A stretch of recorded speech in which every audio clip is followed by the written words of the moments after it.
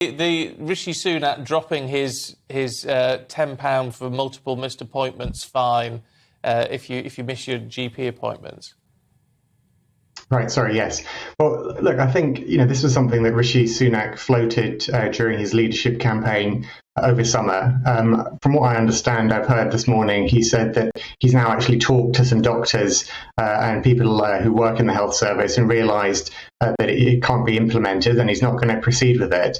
I think he was throwing this around during the leadership campaign in the summer. And actually, it sort of says to me they're trying to blame patients for the situation in the health service, whereas really what we need in the health service is more investment in doctors and nurses and other NHS workers. That's why we set out our plans to scrap the non-dom tax status and to use some of that money to invest in the NHS workforce. I think that would make a real difference to the experience that patients have. It's not the answer to just throw more money at the NHS. Don't we all accept now that an awful lot of the money within the NHS is just being misspent? It's being wasted. Well, I think it's absolutely right that we need to spend public money wisely. We need to make sure that money is being used well. We need to make sure that the NHS operates efficiently and so on. But I think there can be no getting away from the fact that it has been not properly funded over the last 12 years. And we need to make sure that we have that funding there. And when we have, from our point of view, a fully costed, fully funded plan to scrap non-dom status, which is a tax break used by very well-off people, and to use some of that money to support investment in the NHS, I think people can see the logic in that. Well, the non-dom plan, how much would that actually raise then within 12 months? So there's been some work done by the University of Warwick, which shows that it would raise about £3.2 billion a year from scrapping non-dom status. And we said that some of that money would go towards investment in the NHS. Right. Well, because £3.2 billion, to most of us, of course, it sounds like a vast amount of money. In terms of government spend, it's actually not that much, is it?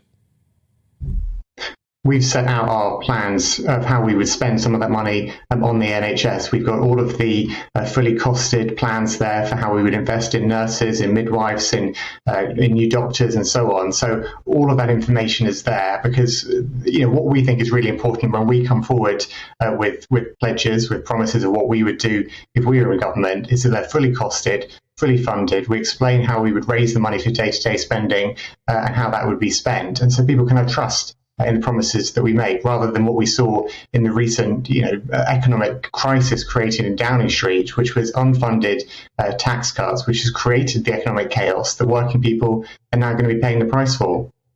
We are going to face tough times, though, aren't we? Rishi Sunak has already said that there isn't a department within government that won't escape cuts. And that would include the NHS and maybe even Ministry of Defence as well. What are your thoughts on that? Well, we know that the damage has been done from the Conservative mini-budget a few weeks ago. No one was talking about cuts before September the 23rd. This wasn't on people's radar before the mini-budget was brought in by the previous Chancellor and previous Prime Minister at the end of September. So this is a crisis created in Downing Street. The damage has been done. Working people are now going to be paying the price. We still don't know exactly how much of a mess has been made. We haven't seen the figures because the government haven't published that. But this is a mess that working people are going to have to pay the price for under the Conservatives' approach. Well, yes, we are going to pay the price for that. But we knew, didn't we, that we were going to have to pay the price, for example, the furlough scheme. When that was launched, and for Eat Out to Help Out when that was launched. Well, the Labour Party wasn't throwing their arms up in despair at that money being spent, though to give him his due, Rishi Sunak did say at the time, this is going to have to be paid back.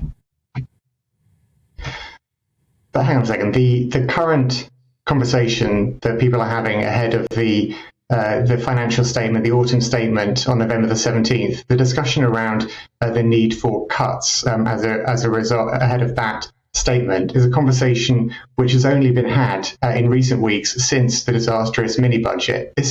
We weren't talking about cuts. We weren't talking about another round of austerity before September the 23rd. This is something which has been created by the mini budget, by what the previous Chancellor and previous Prime Minister did. The damage has been done, and now working people are going to be paying the price.